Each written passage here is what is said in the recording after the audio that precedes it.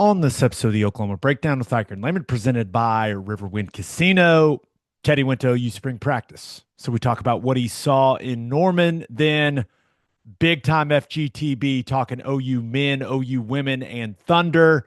And then, of course, we give you our winners and losers of the weekend. Please download and subscribe to the podcast. Rate it 5 stars and write us a good review. Follow the show on Twitter, Instagram, TikTok, Facebook, and YouTube. Just search Oklahoma Breakdown on any of those, and you'll find us. All right, our man Michael Hosty will kick this thing off. It's time for the Oklahoma Breakdown. It's a beautiful Monday, March 10th, and you're listening to the Oklahoma Breakdown with Ikard and Lehman, presented by Riverwind Casino. Riverwind is Oklahoma City's premier casino experience, and there are so many reasons why Riverwind is consistently voted OKC's #1 casino, but it all starts with their amazing variety of gaming thrills and excitement.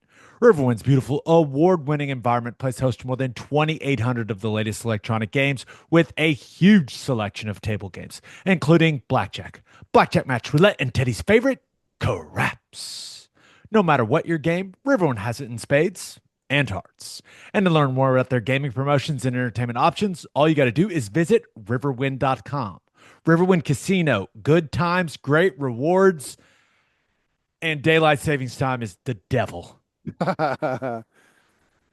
Yeah, it's a rough week or so getting used to it, but this is where I like to be. Plenty of daylight in the evenings as it's getting nicer. I'm okay with it. I I have no solution to the problem. So, but this morning I've tried to be less of a psycho and sleep in a little more every once in a while. So no alarm was set. And my wife shook me awake. She was like, "It's 9:45. Get up." But my kids had slept the whole time, so she had just let me go. I was like, "All right, this is great." Yeah, with the young kids, it's tough, that because there's duties to get the day rolling. Once you get over the hump with that, it's nice to not have the whole morning routine that you have to get going through. But at least she gave you till 9:45. Yeah, it was a huge win.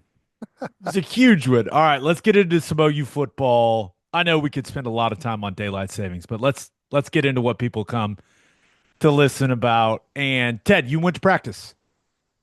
Went to Yeah, practice on Saturday. Where do you want to start? Let's start with the offense. I feel like everyone wants to know about the offense. yeah. Well, first of all, ton of people there, ton of recruits, high school coaches, families. Um, I don't know.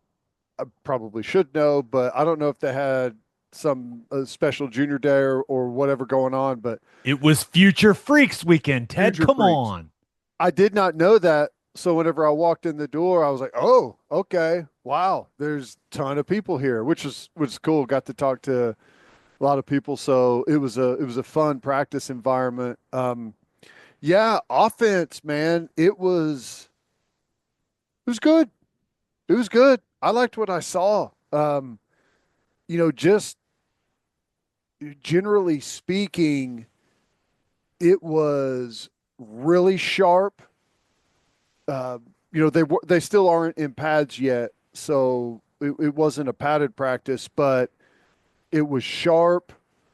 They looked like for being just the second day in practice, and you've got a new offensive coordinator and a new system. If you had just walked in and didn't know that, you wouldn't be able to tell. I thought everything was moving really. They practiced fast. Didn't appear to be a ton of like stop everything, reload, have to go explain through some details. Didn't see a whole lot of that. So that was good. Personnel wise, might as well talk about Mateer, right? I That's was what about to everyone say, wants give to the hear people what about. they want.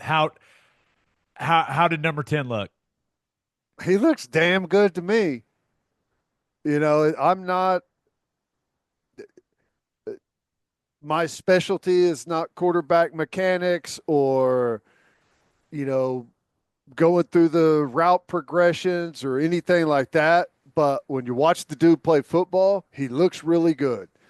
He is in total command of the offense. He's barking out orders. He's making sure everyone's like snappy in and out of the huddle. Yes, they were in a huddle.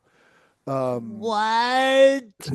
Yeah, he is, he took off and ran a couple of times out of just some passing stuff, but you, not a whole lot of called quarterback run. I mean, there was some of that stuff in inside, but he was handing it mostly.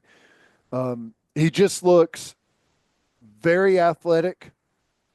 The ball comes out very quickly.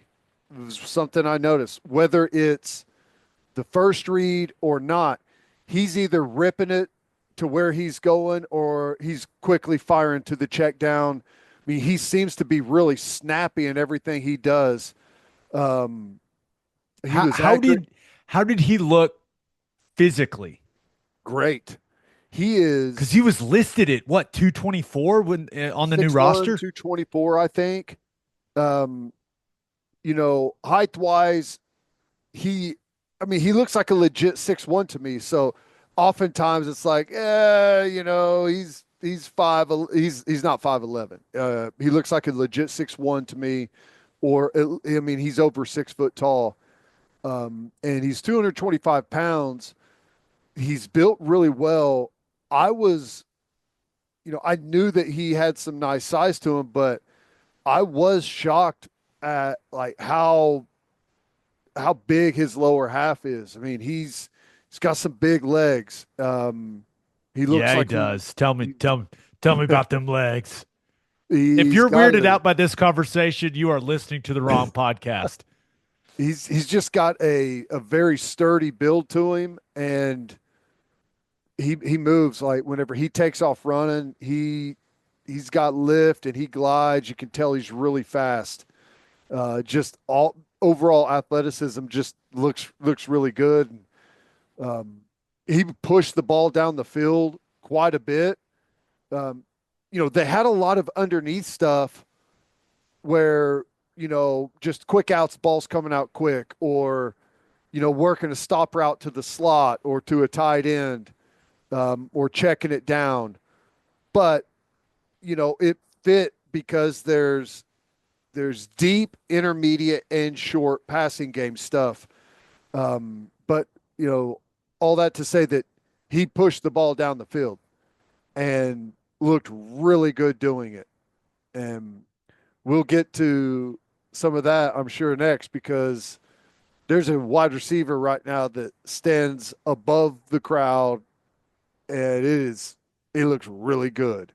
But I got no complaints with material. I thought Mike Hawkins did good too. He was running with the second unit. He did some good stuff. Um, quarterback wise, I would say for two practices in, it looked really sharp to me. That is great to hear. I think the most important piece you said was that it seems like he's just taking full command.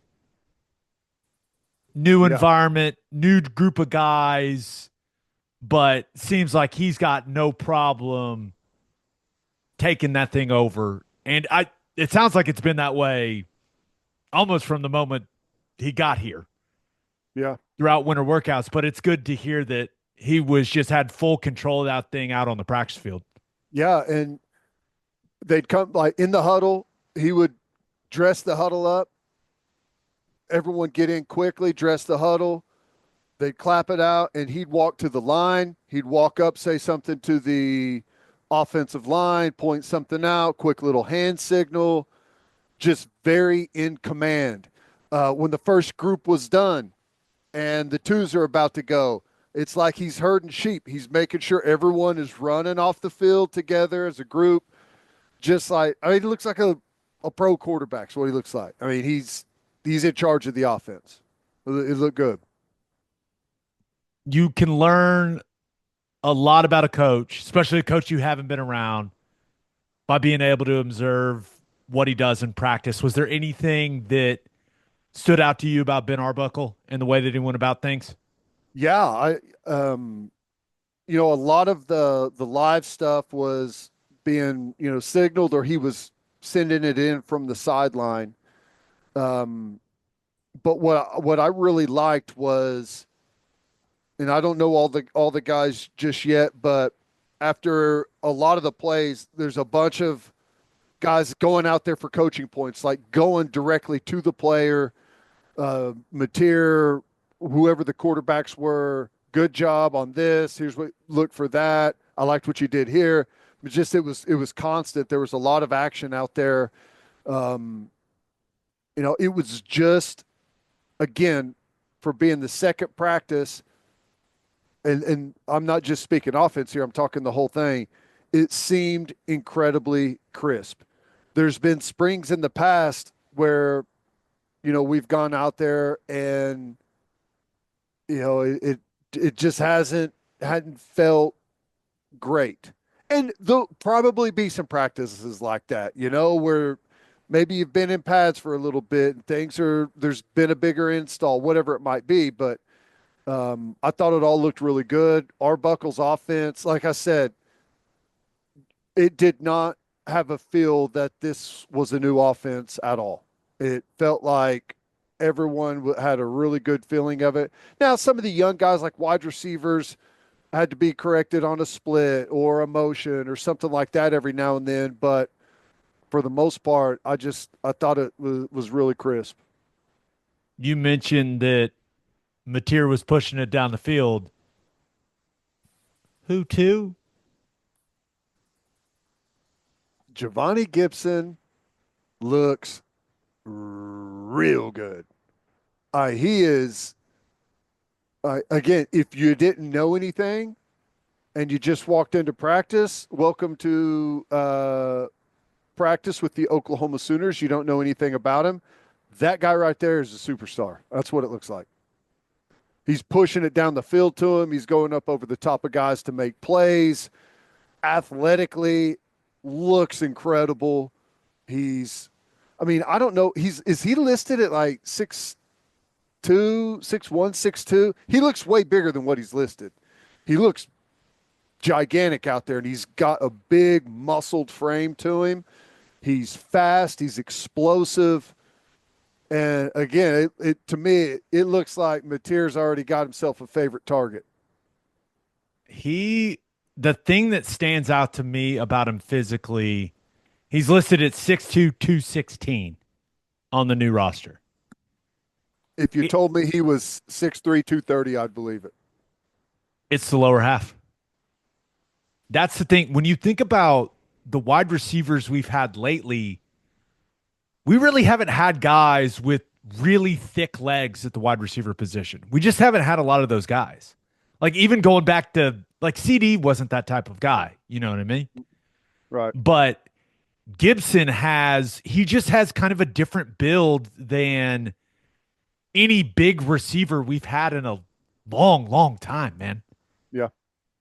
And it makes me excited. I'll say this again, like just generally speaking, the entire team looks better.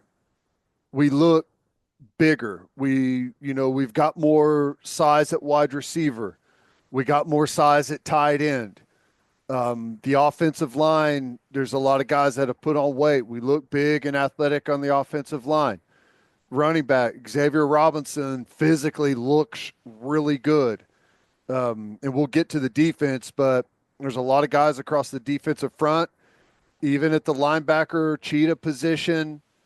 We look like a much bigger, longer football team right now, and it's good. We're not where we need to be. There still needs to be more of those guys, but we got a pretty good look to us right now. Anything about the offensive line stand out to you? Remember, no Ozida for the spring with the shoulder surgery, no Howland coming off the shoulder surgery. So kind of looks like an opportunity for some other guys. Yeah. I thought the offensive line, again, considering that it's a new offense, not in pads, but they were going at it pretty good. You know how it gets in Michelle's practice. They looked like they protected pretty well. Mateer was really mad on one empty protection that I think they may have messed up, and he was barking at him. That makes But me so happy that he knows they messed up. That's yeah, good. That's a good sign. um, but I thought they looked pretty good. Sexton looks big and he looks athletic. I was impressed with what I saw from Sexton. Playing Um, him at left tackle. Yep, he was playing left tackle, and Simmons was at right tackle. The transfer from Western Carolina, I thought he looked. I mean, he he looked like did not look out of place at all. I mean, he was solid there. The interior looked good. Troy Everett looks like he's put on some size. I thought it all looked pretty good. I mean, the second group, Fasusi looks great. Now you can tell that he's young, right? And he was lost on a couple of things, but here's what I liked. He came to the line. It was a run play. They were kind of zoned to the left, and he was playing left tackle. They came to the line. He reaches over, taps the left guard, says something to him, and they fire off and they double, but he doesn't come off quick enough. Which the point I'm making is he's in his second practice at Oklahoma in his first spring as a true freshman, and he's not afraid to talk and go up there, communicate. A lot of times guys are in a shell, they don't want to say something because they'll be wrong, and I liked it. But he's got some good athleticism. Foger looks gigantic.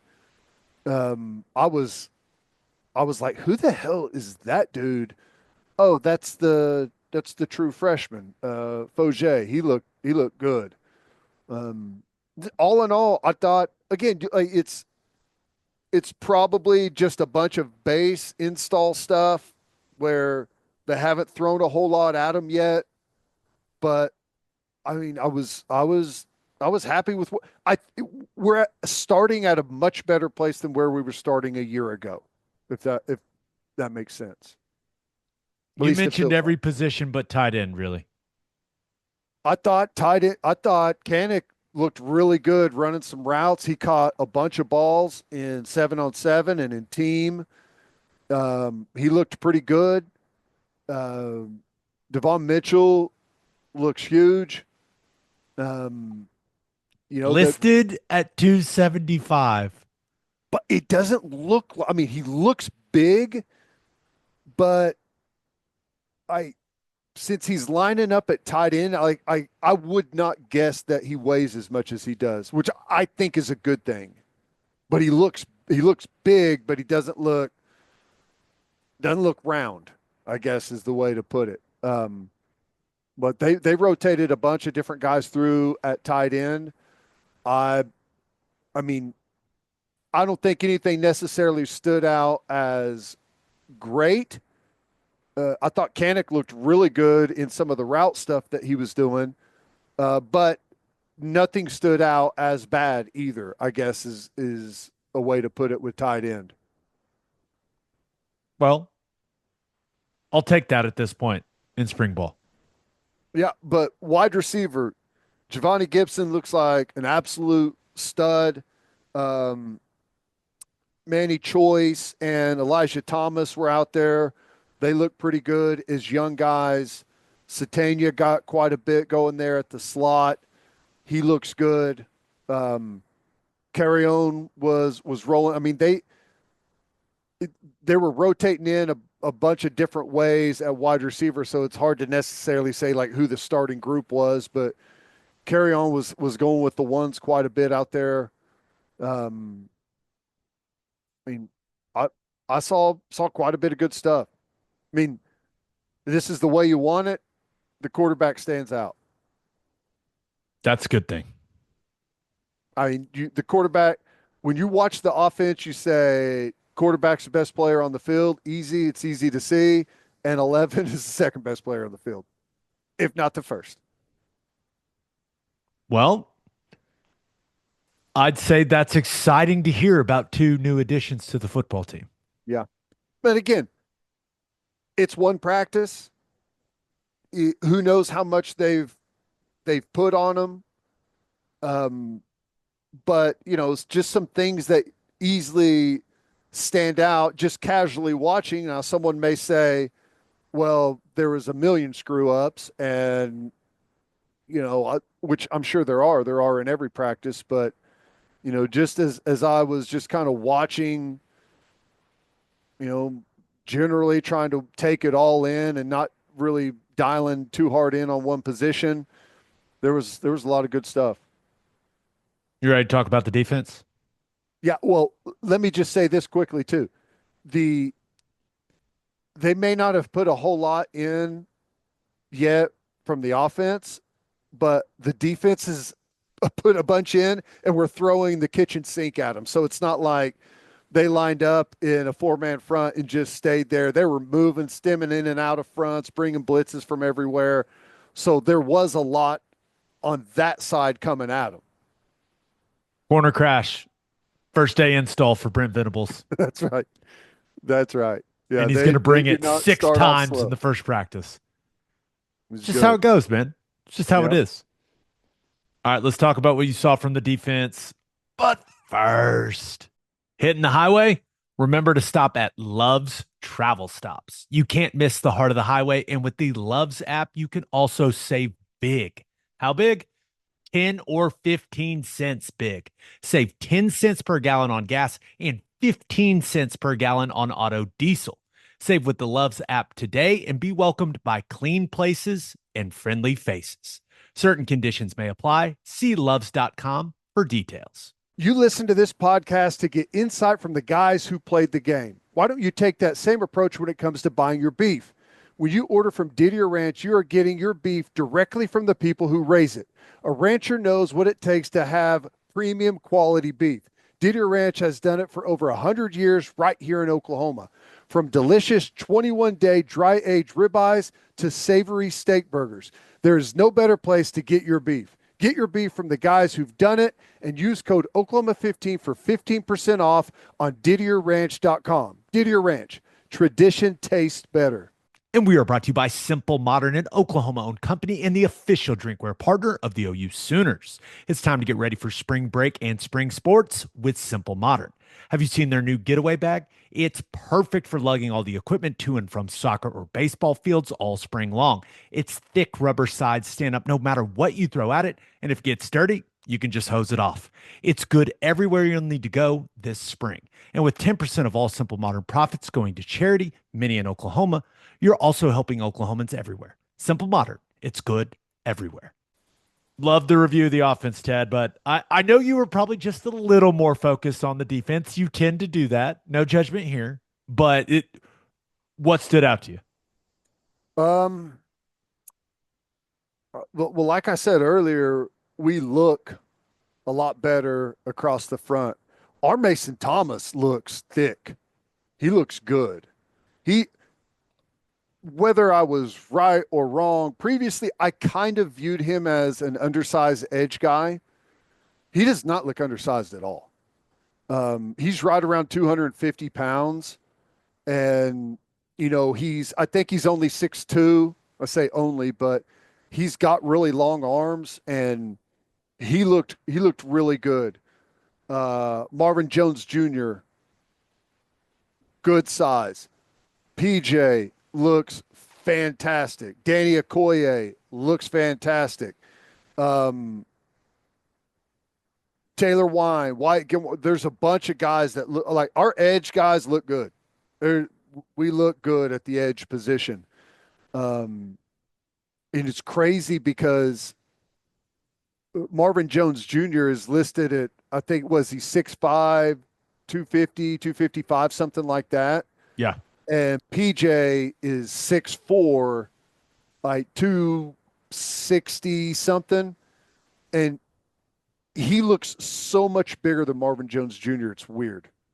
I mean, he's just like, he's jacked with the incredibly long arms. He looks huge out there. And I saw some good stuff from him. David Stone looks really good. He's about 315, which this time last year he was, mid 290s, and he made a real hard push to get to that 300 number. he's 315 now, and he looks better at 315 now than he did a year ago at 290, 295. So that was good. And they looked really solid up front. Good rush off the edge, looked fast off the edge. Um, and we got to see a bunch of different guys rotating through. I thought the front looked really good for the most part. How did Halton look? Because he's still on the new roster. What's he listed at? Like 85. 285? He looks smaller than the other guys, which is good that, because he's 285 and he looks smaller out there, but, he makes up for that with the explosiveness and how hard he comes off the football. But he looks sharp. I will say this about Stone, too. Um, every time he wasn't in, he was over on the side. He would go over on the side and get some reps, like hitting the bag, constant.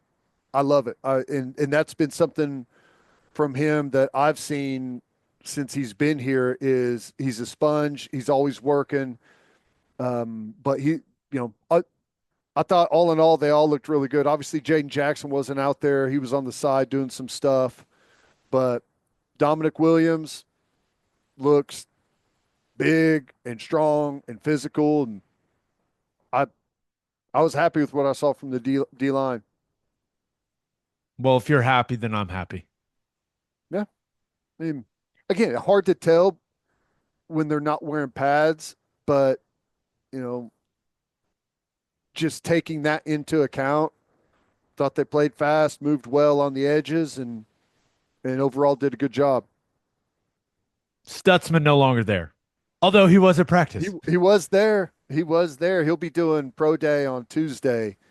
So he was in town and spent some time talking with him. But Backer, talk about looking good. Kendall Daniels, whoo, my goodness, does he look good in a football uniform? He's huge. They were playing him at the inside backer spot, kind of rotating in. He was getting some run with the first group and in second group, but he did some good things, and there's going to be a learning curve for him. He's played some inside backer, but we all know how much we ask of that position here and how hard it's coached. But he got a lot of work, moves great, is super fast and athletic in space. I think ultimately, they might. I think he's going to get some run at the cheetah spot or the Sam Backer spot, and do some stuff there. But Kobe McKenzie, Kip Lewis, just like you'd expect. Talked to Kip for a while. He's bumping up. He's almost to the 230 number where he's just kind of comfortable not having to push it nonstop to gain weight. So it's coming on better for him. They're in a good spot. Omasigo looks really good. He's wearing the 7 jersey, which took me a second to get used to, but he's got great size. He runs really well. He was playing inside backer. And the guy that really shocked me was Taylor Heim, 17. He looked great. He's 6'6" and like 220, 225 pounds, and was playing at the cheetah spot. And he had a pick six. I was just really surprised at how athletic and fluid he looks. I mean, a guy that's 6'6" in space, you feel like would not be their specialty to look good out there, but he runs great. He moves really fluid. He's fast. I was shocked. I was shocked by him. He was the guy that on the field, from where he was previously to what I saw, again, just one practice, but he was impressive. Like, it would not shock me at all if he found his way on the field at some point. either as a depth guy or something, but he looked really good. And he's so big. He's like I said, he's 6'6". And to have that size out at the cheetah spot is that's something really nice to have that up your sleeve. Possibly, and this is the fall's a long way away, but kind of the same way maybe Desan McCullough was used in that spot. Yeah, maybe. Just Maybe. a size, length. Obviously, Desan was heavier than Haim is right now, but there's a long time between now and the season. That's the interesting thing at Cheetah is you got Kendall Dolby, right, who is not going to be doing anything this spring. Reggie Powers was playing a lot at the Cheetah. You got And Kendall. Powers looks good physically. Yes, he does. Yes, he does. You got Kendall Daniels, who can play that spot. You got Taylor Heim, who can play that spot. I mean, they got some nice options there with some different body types that they can play with and see what happens. I don't know. We'll just kind of monitor that as it goes, but he stood out, man. I was really impressed with the way that he flew around. Anything that stood out to you in the secondary? Just the amount of bodies they got, it was hard to keep up. Trying to figure out all the different jersey numbers and everything. You had your guys that you would expect to be making plays.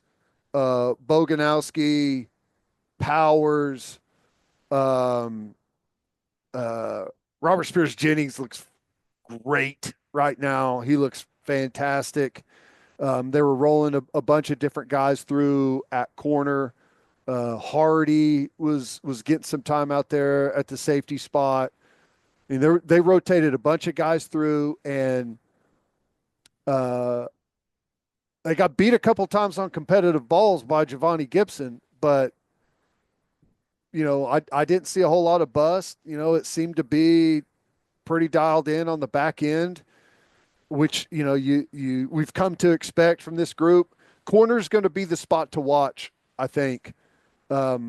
Safety, we've got a bunch of different combinations we can throw out there. Corner is the one where I think we're still going to be maybe trying to find exactly who's going to be the starter opposite Eli Bowen.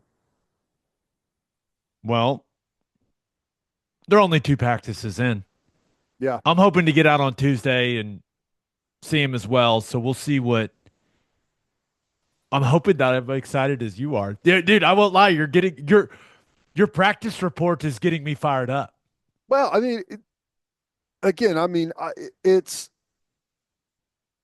early where there's maybe not a lot in, so you don't have as many mental busts.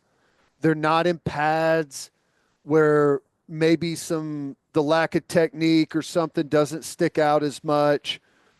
Maybe you're at an advantage on offense whenever you're not in pads with the receivers being able to run and all those things. You're not thudding up as much, so maybe plays look like they're a little more successful than they actually are. I mean, you do have to take all of that into account, but again, like for the second spring practice and comparing it to maybe some springs previous, I thought there was a lot of really good stuff. Well, I the number one thing you said that got me fired up is that it looks like Mateer is who he thought he is. Yeah. If you got a quarterback, you got a chance. If you He don't, yeah, he looks like a star quarterback, and it looks, at least right now, that at least one of your portal pickups at wide receiver has the chance to be a home run hit at that spot. okay. For Call Your Shot, we had people sending questions about the team, Ted. Since you just got eyes on them, this first one comes from Horns Down Apple Pie Spirit. Sounds very Okay. tasty. Who has improved physically the most from last year? physically, who's improved the most physically? Was there a single guy where you're like, oh wow, he looks much better than he did a year ago? David Stone. I love that answer. David Stone. He's put on 20 pounds since he got here and looks better. That to me, that's a good place to be. And I don't even remember. He may have been lower than that whenever he first got here in the spring. I don't remember exactly what it was, but he looks really good. I'd put him there, and then just the way that he was moving, and I I knew he was out there, and I'd seen him going through drills with the linebackers and stuff before, but that was about all. The way Taylor Hine was moving around out there. What an impression Heim left on you. This is fantastic news for him. I Kip came over at one point during practice, and I was like, "Bro, where the hell did this kid come from?" He's been here. I said, "I know he's been here, but he ain't looked like that." And he was like, "Man, I'm telling you, he can fly, he can move." So no, it was good. If you're big, long, and athletic, they'll find a spot for you. Yeah, yep. And he's still young, which is great. Oklahoma kid too. Yeah, We're always rooting extra hard for the Oklahoma. Bethany, right? Bethany? Yeah, yeah, that's right. This other one comes from at Sooner810. Will Canick be more of an H-back in the offense versus an actual tight end? Yeah, I think so. He was on the line at tight end some. Hold on. Hand Hand down. hand down tight end.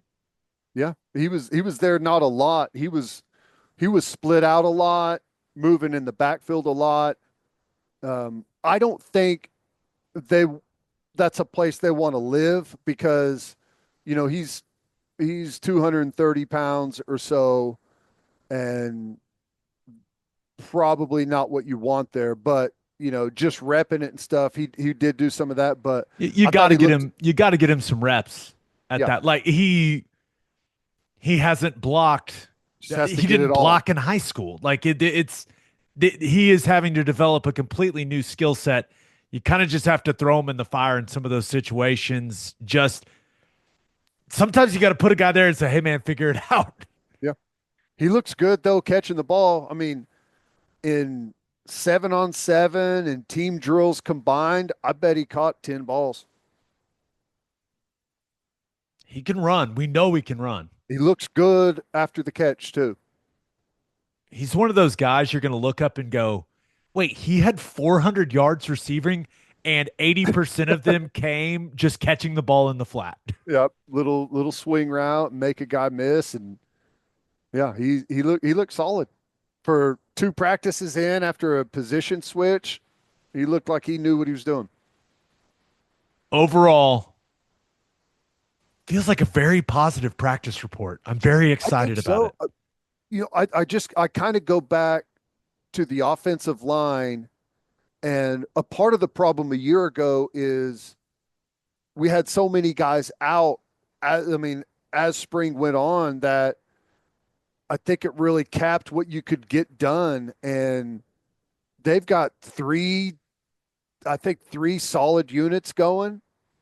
And, you know, obviously there's plenty to work on there. I'm not saying there's not, but the main point I keep thinking about is I feel like we're starting right now in the climb towards the season at a much better spot on the offensive line than we did a year ago. And we're still going to get several guys back by the time training camp comes around. Yeah, two guys that you would pencil in as starters currently, but hey, Eddie Pierre Louis up to 310 pounds, rolling with the ones at left guard. Like he's got a great opportunity to show what he can do. You know what I mean? So I didn't watch him specifically a whole lot, but the times that I did, I thought he looked good out there. I think that offensive line group, there's it's there's going to be a lot of competition. Yeah. And I think those young guys are going to play. They may not start. I don't know. And remember, those guys are going to be much much bigger and stronger when the season gets here. Like obviously the summer is going to be massive for Foje and Fasusi, but those are two guys that are going to play, in my opinion. I just don't know how much. I was talking to Scotty on the side with the strength and conditioning group, and I think Fasusi was like 270, 275 whenever he showed up, and he's already 305. And I mean, it's I not love bad that. weight. I mean, he looks lean out there. He looks tall and lean. Awesome. Well, you made me excited. Well, I don't want to, I don't want No, to. it's okay to be excited. It's okay. Yeah. I know what happened last year. I know we're all very scared to get excited about the season, especially when you look at the schedule. But it's okay. We can be excited. You can be excited about what you saw. It's okay. I'm telling you, it's all right. Mateer's fun to watch play quarterback. I mean, that to me is like, you can't go to practice, and they can practice good or bad or whatever. You can see a bunch of stuff out there, but whenever you want to watch 10 the whole time you're out there, you've got a guy at quarterback that is going to be good. I love it. We got a lot of basketball to talk about, man. Yes, we do. This is Yes, a we big do. weekend in hoops, FGTB. But first, Schwab Meat has been smoking the highest quality meats, hot dogs, and sausages in OKC since 1912. Go to schwabmeat.com to order any of Schwab's outstanding products and use promo code OKBreakdown for free shipping on orders over $75. Schwab dogs are iconic. I like to keep it simple. Just a bun, dog, mustard, ketchup. Also, the jalapeno cheddar smoked sausage is ridiculous. Schwabmeat.com, code OKBreakdown for free shipping on orders over $75. Schwab Meat, the official hot dog of game days. And head to the garage for hand smashed patties, butter toasted buns, and ice cold beer. It's the perfect spot to watch any big game. And with all the garage locations being open at 10 p.m. or later every night, it's the go-to late night spot. Visit eatatthegarage.com to find a location near you and order online from the garage in your neighborhood. Insurica has launched a new digital agency introducing Insurica Direct. Whether you're in Oklahoma or anywhere across the U.S., they've got you covered. From small business insurance and health insurance for your employees to insurance for individuals like home, auto, and even Medicare supplements. Insurica Direct's got it all. Start your journey today at insuricadirect.com. Remember, at Insurica, we specialize in you. let's start with OU men's basketball. And Porter Moser finally beat Texas, baby. Let's go. What a huge win. Got it done. I don't know what that suit he was wearing was. I love you, Porter. I'm not sure what the color combination was going there, but it's okay because it works, so we'll allow it. Not my specialty. Was it a bad combination of colors? Clashing a bit? There was just a lot of he went with a black shirt underneath, which is just a bold choice. Black shirt underneath, red tie, and it was like gray, but we're getting off topic here. It's like a grayish blue and black checkered jacket. There was just a lot going on, but I don't care because they won the basketball game. Boomer Sooner, baby. Huge win. We're going dancing, I think. Yeah. It was presented as almost a win or go home for both teams, and to go down there on the road and knock off a Texas team that we haven't beat in a while felt really good, and a bunch of guys played really good ball. And I still think that over the last about 5 games, we've totally turned it around and settled in and started playing better basketball. And a lot of it's led by Fears. Fears has kind of found his footing a little bit, and he's played great. I thought it was just a really balanced game from them. It wasn't a situation where Fears went for, 25 or anything like that. It was a bunch of different guys doing their part. And I think what, six guys in double figures in that game. So it wasn't one guy just carrying things. That's got to be one of the worst games Trey Johnson's ever played in his life. Yeah. Oh, Made a couple of 14. nice plays late, but that helped him out. But yeah, I agree. But I thought they did a really good job of crowding him, and then he just missed some shots. But I thought Wagee and Northweather, those dudes battled, man. Yep. I was not feeling good about this game with them not having Sam Godwin. And to those dudes' credit, like it was basically even in the paint. Yeah. They got out rebounded. They got out rebounded. That's okay. But I think it was 28-28 in points in the paint. Yeah. So it wasn't like some of the games earlier this season where they just got completely dominated in the paint and completely outplayed in the front court. Like that didn't happen. And that was without Godwin. So I was really pleased with the way that those guys played. Yeah.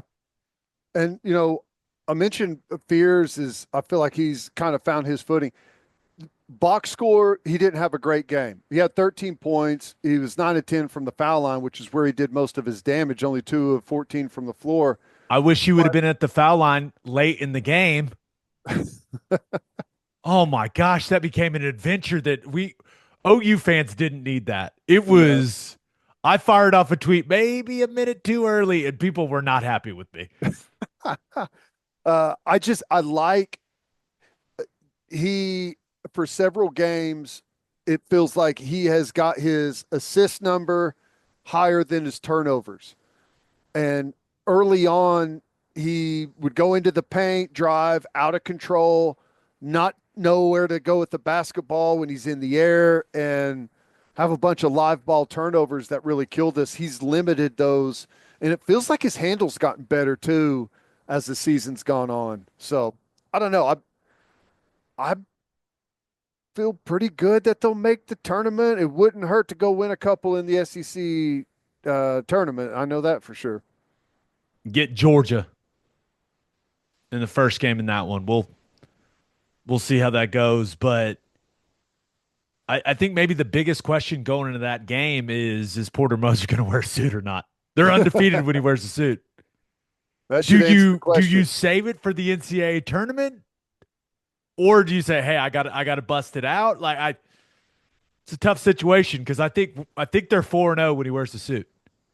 Wear it the first 2 rounds, but And then back to the quarter zip. back to the quarter zip. Okay. Try and get 2 wins. Let's not spend all of our good our special magic in the SEC tournament. Save some for the NCAA. It was pretty great. Now I was super excited because I really just want to watch my squad play in the NCAA tournament. Like that's one of the most fun things you can do as a sports fan. So I was very pumped about the win. And then about 10 minutes after that, it dawned on me that they had ended Texas's season. That's got to be a good feeling for those guys. You get the win you absolutely have to have in your rival's building. Like that had to feel so good knowing that you probably also prevented them from going to the tournament. That is, you talk about a satisfying win, man. My goodness. Yeah, for sure. And I mean, I don't know. I don't, it is far from my specialty to know what qualifies you for the tournament, what doesn't, but they got a lot of nice wins. And most of their losses are to the top 25 teams. So, they've got, I'd have a hard time believing that someone else out there that's in a similar position whenever you compare resumes has as many good wins because some of our early non-conference wins have held up really good. Yeah. OU women. They lost to South Carolina. There's nothing to be ashamed of. Right. Yep. 93-75 loss in the SEC tournament semifinals. And I thought it was a really nice effort from Jenny Bronchek's squad against arguably the best team in the country, and they just weren't quite as sharp in some situations as they need to be. And what really cost them was that last 3 minutes of the first half. They were right there. They were right in it. It was, a 5.6 point game with 3 minutes to go in the half, and they got outscored like 13-2 in the final stretch of the half, and it kind of felt over at that point. But I thought that they battled. I thought they did some really, really good things early in that game. And you got to remember, they played South Carolina earlier in the year and got beat by 40. Yeah. So they played them much better. And this was in Greenville. That's basically a home game for South Carolina. So I was really pleased with the way that they played for long stretches of that game. Just got beat by a better team, but that doesn't take away the great win they had against Kentucky to get to that point. They're a legitimate top 10 team in women's college basketball. Yeah. It's crazy. The men's tournament, the SEC tournament, and the women's, everyone, we hear this from time to time, but I don't think it's outlandish to say it may be harder to win that than it is to win the NCAA tournament, depending on what the matchups end up looking like. But the semifinals of the women's is probably going to be the meat and potatoes of the Elite Eight in the tournament. Sooners are projected to be a 3 seed. Yeah. In the tournament. They're going to host their first 2 games in Norman, and we've said this the last couple of weeks now, Ted. OU fans have a great opportunity to support that team. Yep. You got to pack Lloyd Noble Center for those games. You got to show this team the love that they deserve. I mean, this is a top 10 team. The players deserve it. Jenny Bronchek deserves it, and it's going to be a lot of fun. And I expect them to make it to the second weekend. I think at this point it would be disappointing if they don't. Yes. Yeah. And I think everyone on that team would agree with me. When does the tournament start? Do you know? I've not looked. Was Selection Sunday today for the women? This is not good podcasting. I feel like I would have seen something. I see here that there's still some games being played. So I don't know. Well, all right then. This has OU, once again, just awful podcasting. No, this is what people want. 3 seed in the Spokane region. Spokane 2. I don't even know what this means. This is a horrible graph. They're likely to be a 3 seed, though. Ted, just Google when does the women's NCAA tournament start? I think it starts the 20th, Thursday the 20th. Well, there you go. The first 4 play Wednesday the 19th. Okay, perfect. Yes. First 4, Wednesday the 19th. First round, March 21st and 22nd. There's your answer. So we got some time. Yep. Why is it so long? Is that right? I think we maybe are we just idiots? No, that's women's NCAA tournament. That's NCAA.com. Bracket revealed on Sunday, March 16th. I wonder why they do that. I don't know.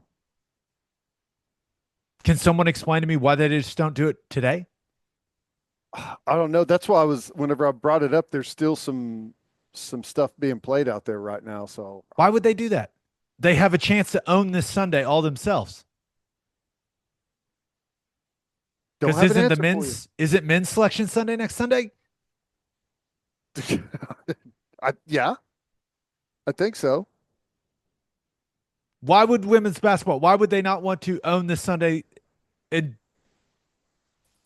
have it be this huge deal that's not going that way? It gets discussed before all the men's stuff happens. What am I missing? Someone help me. I don't know.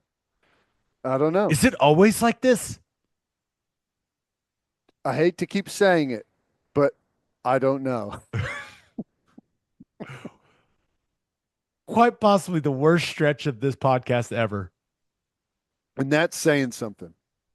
Correct. And you know what? It's staying in. My streak of not editing anything for this podcast will continue. Let's talk about the Thunder. Games on Friday and Sunday. Went to both of them, Ted. Just Friday night and Sunday afternoon. Little different when it comes to the dynamics of the games. Zero starters on Friday night, but hey, handled the Trailblazers. Didn't need the starters. We got Aaron Wiggins. Okay. Beat down. Beat down. Jalen Williams, triple double. That's J Will, not J Dub. J Dub was in street clothes for that one. But it is the number one thing on Friday night's game that I liked was the way that Alex Caruso looked. Moving really well, just was really, really engaged on the defensive end of the floor. And that got me excited to see what he looked like on Sunday versus Denver. And I thought Caruso was good, but what a fourth quarter, man. Yeah, that was crazy. It was back and forth for three quarters, and it was kind of a slog. It had a kind of like an old school NBA playoff feel to it. It was physical, and guys were missing shots. Like that's, and the Thunder just exploded in the fourth quarter. Outscored the Nuggets 41-20 in the fourth, and the return of fourth quarter J-Dub, my goodness. Remember, last year he was incredible in the fourth quarter throughout that season, and he hadn't been quite as good this season, but man, he was fantastic in this fourth quarter. And I don't think Shea missed a shot either. Like those two guys were just ridiculous in the fourth quarter against the Nuggets. All of a sudden, you look up and they beat him by 24 points. I was like, wait, what? What happened? Yeah, it was what? It was 89-88 with 10 to go in the fourth, and the Thunder turned it on. They hit another gear, and then with about 5 minutes to go, they hit even another gear and didn't miss anything. Burying threes, running in transition. Shea went on an incredible run there with the shot making. Just he is he's just I don't know. You see a lot of guys like that are that type of player have a style to him, and he has a style, but everything looks so like clean and easy and under control. It's like he's playing at 80% and everyone else is playing at 100%. It's amazing. He has mastered creating space without pushing off. He does this thing, and I guarantee you there will be countless players in the NBA working on this in the offseason and utilizing it next season. He pushes off just with his shoulder. He doesn't extend his arm, but it's almost like a shiver thing. Mm-hmm. And he creates an incredible amount of space. He's been doing all season long. He never gets called for it.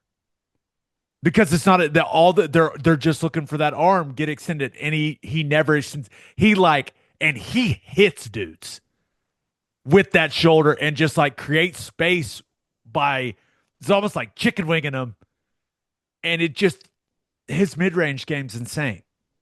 Yeah, I think if I remember the timeline right, he comes down, hits a great mid-range jumper near the elbow, and then very next possession he comes down and hits a pull-up three, and then the next possession he comes down and stutters like he's going to hit the pull-up three again. Defender tries to close out, goes right around, goes up for a layup. It's just stacking moves off of the previous play on top of each other. It's fun to see, man. He's got all of them.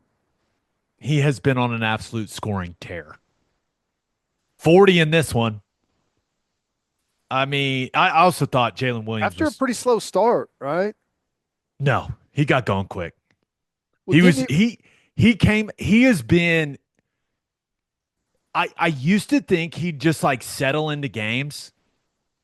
He's come out lately just like hyper aggressive in the first quarter.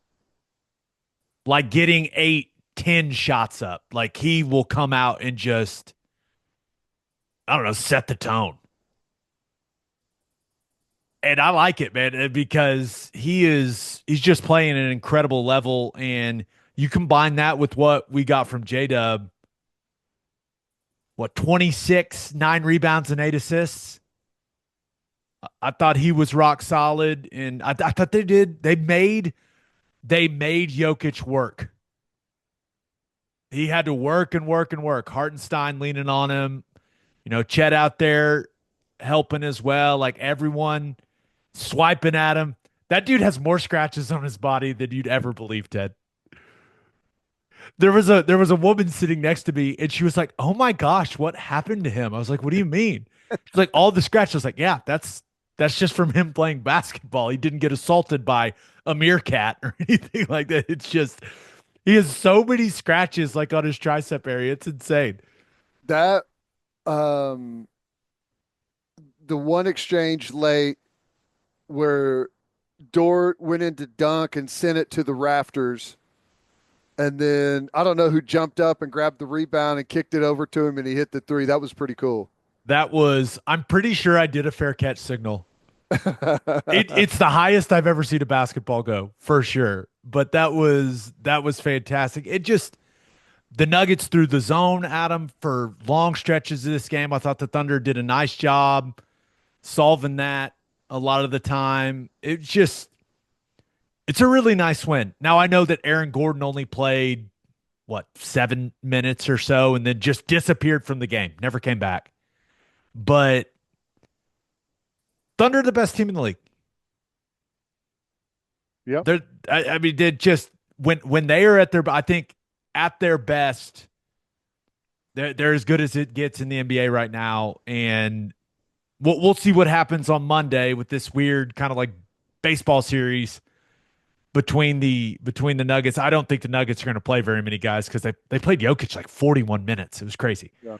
But I continue to be very, very impressed with this team. Are they how firmly do they stand in first in the West right now? Are they They're up by like oh my 11 God, games. 12 games over the Lakers. Lakers have been on a nice little run, haven't they? We'll talk about that in winners and losers. LeBron tweaked the groin. Uh-oh. 1 to 2 weeks, but he's 40. We'll see. We'll see. But OU men's basketball, awesome win. Exhilarating. OU women thought they represented themselves extremely well at the SEC tournament. And then what a fourth quarter from the Thunder to just, let's be real, blow the Nuggets out. Yeah. Solid basketball weekend, man. Really good basketball weekend. Let's finish up with our winners and losers of the weekend. But first, if you're as passionate as we are about OU sports, here's your chance to get involved with One Oklahoma. As the official NIL partner of the University of Oklahoma, One Oklahoma is the difference that makes all the difference. As a member, your subscription will help recruit and support the athletes that become Sooner legends. But you'll also get exclusive events, videos, merchandise, giveaways, and so much more. Join the team and make an impact for your Sooners. Go to oneoklahoma.com and subscribe today. And 3 things matter in banking: service, service, and service. And First Fidelity Bank's commitment to exceptional service is more than a promise. It's their foundation. FFB has been by your side for over a century, and they are honored to be a part of your journey. Banking isn't about where you've been, it's about where you are headed. Open an account at an award-winning bank today at ffb.com. At First Fidelity Bank, we go where you go. And go to opolisclothing.com and use promo code TED for 10% off our podcast merchandise and the best OU gear out there. That's opolisclothing.com and use promo code TED. Buttery soft and 10% off. As always, Ted, kick us off. Who do you have as your winner of the weekend?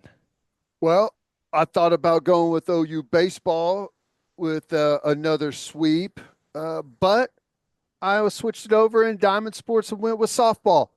Opening SEC series against number 10 South Carolina that's really come on and had a really nice start to the year.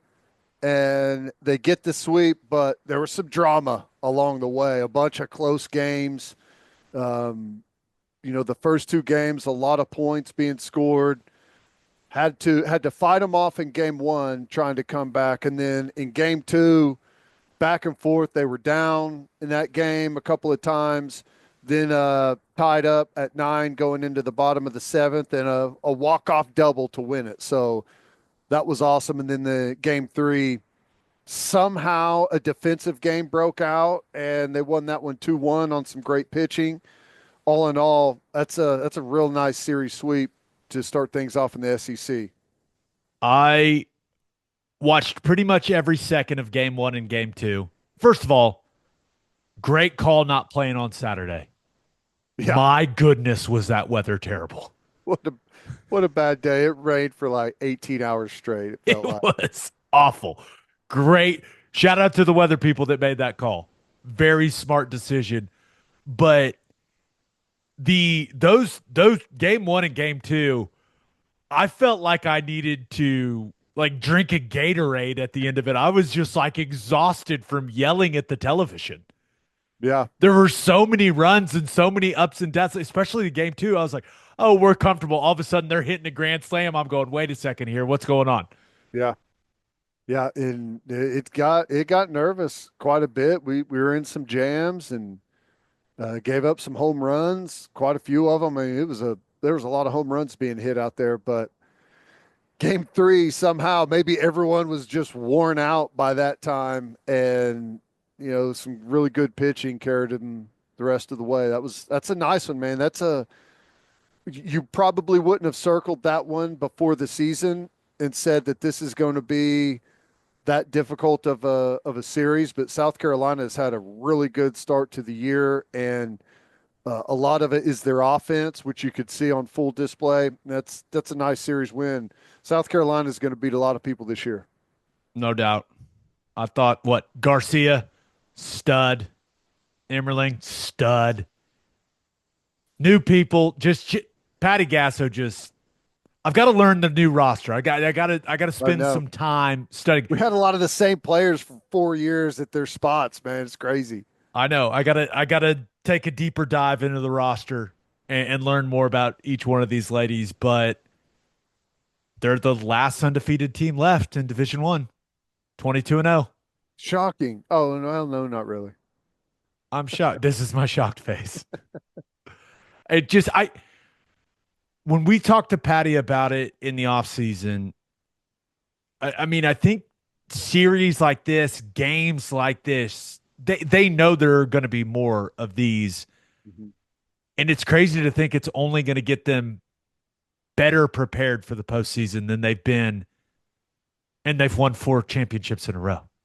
Well, there was years where she was frustrated because of how much softball they weren't being able to play because of all the run rules and stuff like that. And it's nice to have some competitive series. Well, I've a feeling they're going to get quite a few of those this year. Yeah. It was fun to watch. I will be watching most of them, probably all of them, and I plan on going to a lot of them. Yeah. So it's going to be this is the most exciting season in a while for OU softball just because of all the newness. Yeah. And Maybe it's that's going not the best way to put it, but it's just like it feels a little different to me than it has the last couple of years because of all the being in the SEC, all the new players. Like it just feels a little different, and sometimes different's exciting. yeah, and there may be some rough stretches, I guess a rough stretch for OU softball is relative, compared to what it may be for some other things. But I mean, they were down in two of the three games, so I mean, it should be a lot of fun. Who do you have as your loser of the weekend? I had to go. I had to go with Auburn fans, which you know, part of me likes it whenever they got beat by Alabama at home, throwing all the stuff on the floor and throwing all the stuff at the Alabama players. Uh, it's a bad look, but at the same time, it's what makes college sports right or good, right? That we have good, strong, active rivalries. Okay. A Which healthy sports hate. that's right. That's right. Which, by the way, what a win for Alabama, right? Going in and getting that one. That was awesome on a game winning shot. That was pretty cool. But Bruce Pearl had to walk out there trying to get people to stop throwing stuff out on the floor. You hate to see it, but you kind of love to see it too. No offense to Bruce Pearl. He's done an incredible job at Auburn. But he's not exactly the most effective guy to come out and go, hey, I need everyone to calm down with the way that he goes about his business on the sideline. You know what I mean? Like, oh, Very really, true. Bruce? You're going to tell us to calm down? Really? Very true. That's a great point. And that's why the I'm really excited for the SEC tournament. It's going to be great. Am I the only one that the conference tournament format to me, it's just bizarre. College basketball, they go all year long, play like 2 games in a week, and then you ask them to just play 4 straight On. days. Like, Yeah. okay, hey guys, now I need you to just play every single day. I don't know. I've always found it so strange. It doesn't match up with what they normally do. Like, is there any other sport where they ask you to do that? No, well, no, but I guess softball, but even softball in they some of the changed. tournament settings, like they have built in like mandatory days off, you know? Yeah. It is interesting because the way they play the regular season, but like NBA, they play a lot of back to back and a bunch of games in a week. So I guess maybe it almost highlights how slow they play the regular season. But I mean, you just kind of have to do that. I've said this before. I think the NCAA tournament takes too long in men's basketball. I think you've got a captive audience where everyone in the country has their bracket, and you lose so much of it after the first weekend. And as it goes on longer and longer, you lose a ton of people with every day that passes by. But that'll never change. You want them to play games on Tuesdays. I hammer it out. Let's get this thing done. Maybe I'm alone, but I've just always thought that conference tournaments were it's like, oh, you're in college. Oh no, now you're back. You're an AAU team now. It's Play a every day. Here we go. That's funny. Just interesting in the player safety era. It's like, all right, guys, rip off 4 in a row. Here we go. Yeah. I don't I I don't even think I'm complaining. It's just an observation more than anything. No, it is interesting. And I, as a fan in the comfort of my own home, watching my television, I like the nonstop action actually. I I'm with you. One more thought on that Auburn Alabama game. Mhm. I think, and maybe I'm just being blinded by my love for Cooper Flag. I think Duke's better than Auburn. Yeah, I've watched maybe both so. quite a bit. I think Duke's. I don't know. Well, it'll all sort itself out. Maybe. I mean, maybe we get that matchup, maybe we don't. I'd love to see it. Settle it on the court. That'd be a Give me great give final. me Duke. Duke. They got the best player. Yeah. And that goes a long way. Let's get to my winner and loser. But first, Lucy Breakers are 100% pure nicotine pouches with an extra burst of flavor, and you can get them delivered right to your front door. Go to lucy.co Use promo code BREAKDOWN at checkout for 20% off your first order. That's lucy.co. Use promo code BREAKDOWN. My go-to Lucy breakers are the 8 milligram espresso. They're fantastic, perfect for the golf course, watching a game at the house, a long drive, whatever it is. Lucy breakers come in a variety of flavors, including the classics like mint. They've also got the berry citrus, the espresso, and mango. You can even set up a subscription to make things even more convenient. Level up your nicotine routine with Lucy. Go to lucy.co, use promo code BREAKDOWN for 20% off your first order. And here's the fine print. Lucy products are only for adults of legal age, and every order is age verified. Warning, this product contains nicotine. Nicotine is an addictive chemical. And guys, it is time to make the switch to the Ridge wallet. Go to ridge.com/OK breakdown to get up to 40% off your order. The days of the super fat wallet that hurt to sit on. Those days are over, boys. It's time to make the switch to this sleek, modern design that can hold up to 12 cards and cash. And I love this little elastic band right here. Nice. This thing's awesome. Ridge has over 50 plus colors and styles to choose from. Ridge has free shipping, a 99-day risk-free trial, and a lifetime warranty on all of their products. This is literally the last wallet you'll ever have to buy. Ridge wallets have RFID blocking technology. It keeps you safe from digital pickpocketers. And right now, Ridge is having their once-a-year anniversary sale. Get up to 40% off at ridge.com/OK breakdown. Just head to ridge.com/OK breakdown to see their biggest sale of the year. After you purchase, they will ask you where you heard about them. Please support our show and tell them our show sent you. Ridge.com/OK breakdown. My win of the weekend, Boston Celtics. Oh. Fun game between the Celtics and the Lakers. Celtics end up winning 111-101. Just outplayed them at the end of the game. Now, it was not insignificant that LeBron James got hurt. He made a layup. It cut it to, I think, a 7-point game with 7 minutes to go and tweaked the groin and he was done. Oh, and boy. We'll see. Hey, he's 40 years old, Ted. That is the story coming out of this game. Also, Luka Doncic did not look good either. He was holding his lower back. Have you ever known a guy that has a lower back thing where like he can feel it down his legs? Do you ever know a guy like that? Yeah. Kind of how it looked. Like the way that he was running, like I don't know. It did not look good. He looked uncomfortable. Nerve issues going on. Looked a little nervy to me. We'll see. Look at me just making diagnoses from my couch. But he did, like, he kept working on his back. It was weird. Yeah. But Celtics beat him. Jason Tatum's legit, man. Tatum and Brown hit some big time shots late in that game. Tatum with a casual 40, 12, and 8. Woo. Jaylen Brown had 31. And it was a really nice win for Boston, even though the story coming out of the game is LeBron's injury. And now Lakers are banged up, man. That is because Jackson Hayes didn't play with a knee issue. Rui Hachimura's got a knee. LeBron now with the groin. You got Luka, whatever's going on with his back.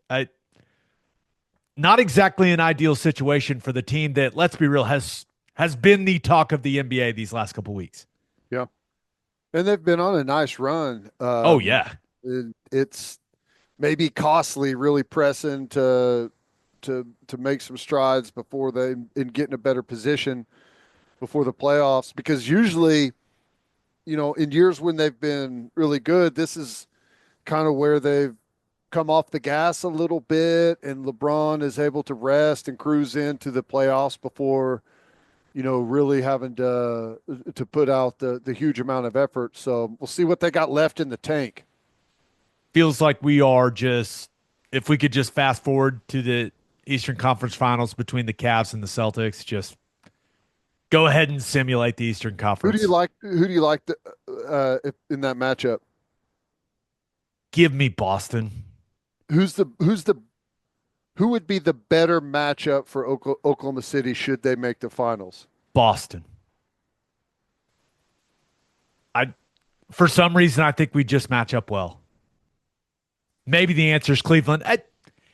It's I actually think Boston can throw. Boston has more guys, in my opinion, to throw at Shea. So maybe Cleveland's the answer.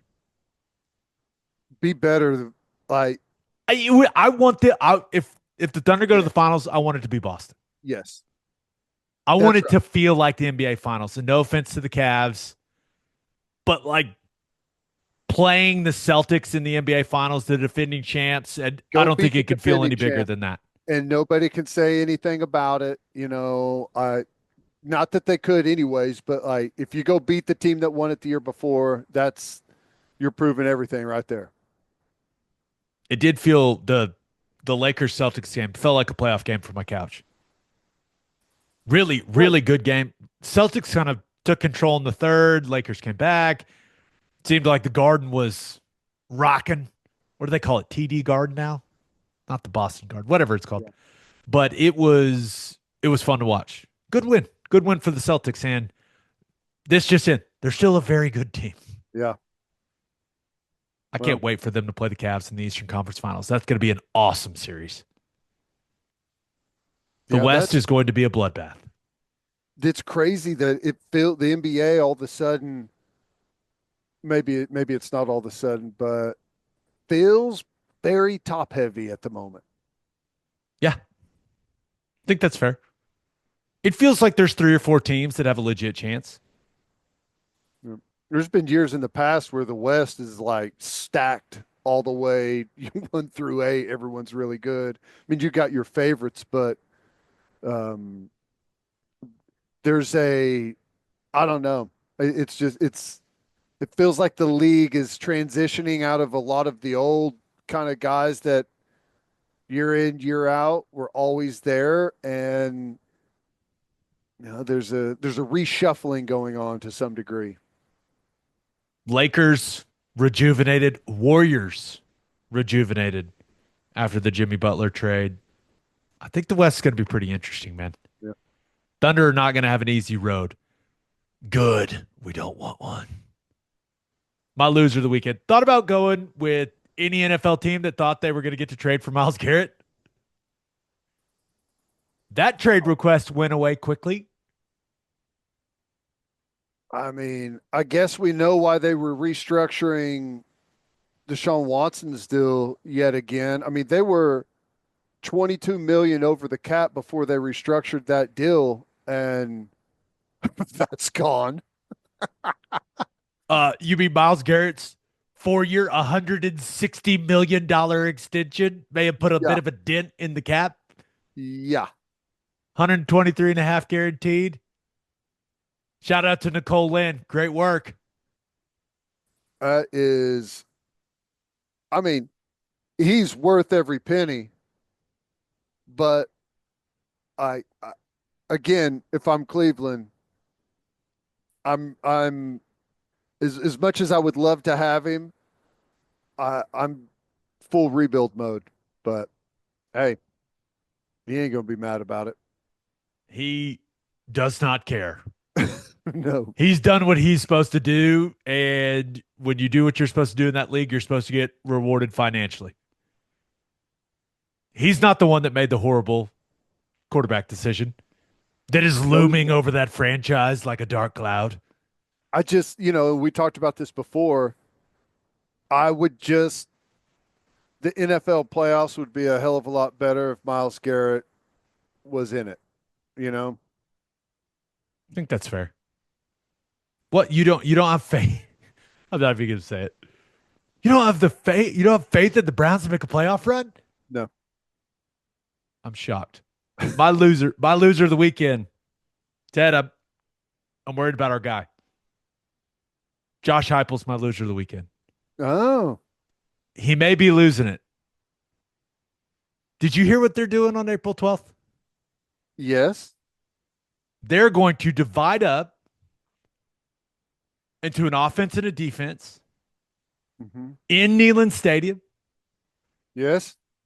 They're going to let fans come and watch, 40,000 of them. and they're going to scrimmage. Wow. Old school. Can you believe? Can you believe this guy? Madness. Insanity. What is this? It's irresponsible, really, if you think about it. I mean, how could you do this?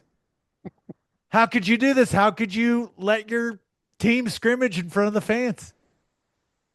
Has he not listened to Matt Rule or Lincoln Riley or Steve Hey, Sarkisian or Brent Venables? Has he not listened to I all these want coaches say you just can't do it anymore because of the roster limits and this and that? He's losing his mind. I'm worried about our guy. everyone needs to do their homework, watch their spring game, take notes on all the young guys that perform well. Okay, that's what we need to do. We'll make them pay for having this spring game. We're coming for all the volunteers. I I love that Hype's doing what he's doing. Yeah. And he has some very similar thoughts that you and I have about it. And I love that he put them out. Here's the quote from Josh Heupel about why they're having a spring game. He said, "It's important, in particular, for our young players to get a taste of what it's going to feel like in the fall to play in front of a crowd and in a big stadium." Mm-hmm. And he also added, "We open on the road this year. You don't want that to be the first time they've played in front of a bunch of people." Right. Yeah. He also talked about creating a sense of urgency in spring, accelerating young players' growth by having the spring game, knowing that they're kind of building toward that. It's all the stuff that we've always talked about and why we thought spring games were important. Yeah, it is kind of interesting. And, I've never taken part in a spring where there wasn't a spring game, but it's not that the spring game is necessarily hanging there like a real game is, or like a bowl game where you've got extended practice, but you did always know that it was coming. And I guess there is a little bit of a preparation mode for it. I wonder how, if at all, it's different if you don't have the looming game. You know what I'm saying? I don't know. I I don't either, but I thought Josh Heupel made a lot of good points. Yeah. I need spring games to watch in the spring. So thanks, Hype. Thanks, Tennessee. I'm going to watch every second of that. Hopefully they televise it. I haven't even thought it. Maybe they won't televise it. I don't know. I I'm hope sure they it do will. because I will watch it. I mean, the more people that don't have them, the more I I guess there's less opportunity out there, so they'll really be pushing to highlight some of the games that do happen. So you would think, but I don't know. Maybe they don't want it televised. I don't know. That guy playing a spring game. Who does he think he is? Has he learned nothing? Birthday shout outs. Happy 7th birthday to Rosie Leverage. Happy 17th birthday to Chase Brown. Happy 30th birthday to Drew Teal. Happy 30th birthday to Curtis Switzer. Happy 60th birthday to Andy Teal. And happy birthday to Carrie Calvert. OU alum and huge supporter of everything Sooners and Thunder. Awesome. Sounds like Carrie and I are on the same page. Happy birthday, Carrie. On that note, episode 508 in the books. We'll have a new podcast that'll drop on Wednesday. Just a reminder, please subscribe to the podcast wherever you listen to podcasts, and please subscribe to our YouTube channel. Also, you can check out our website, okbreakdown.com. It's got everything we do in one spot. Hope you all have a great start to your week. Until next time, we appreciate you all for listening. Do what you always do, Oklahoma. Take care of each other.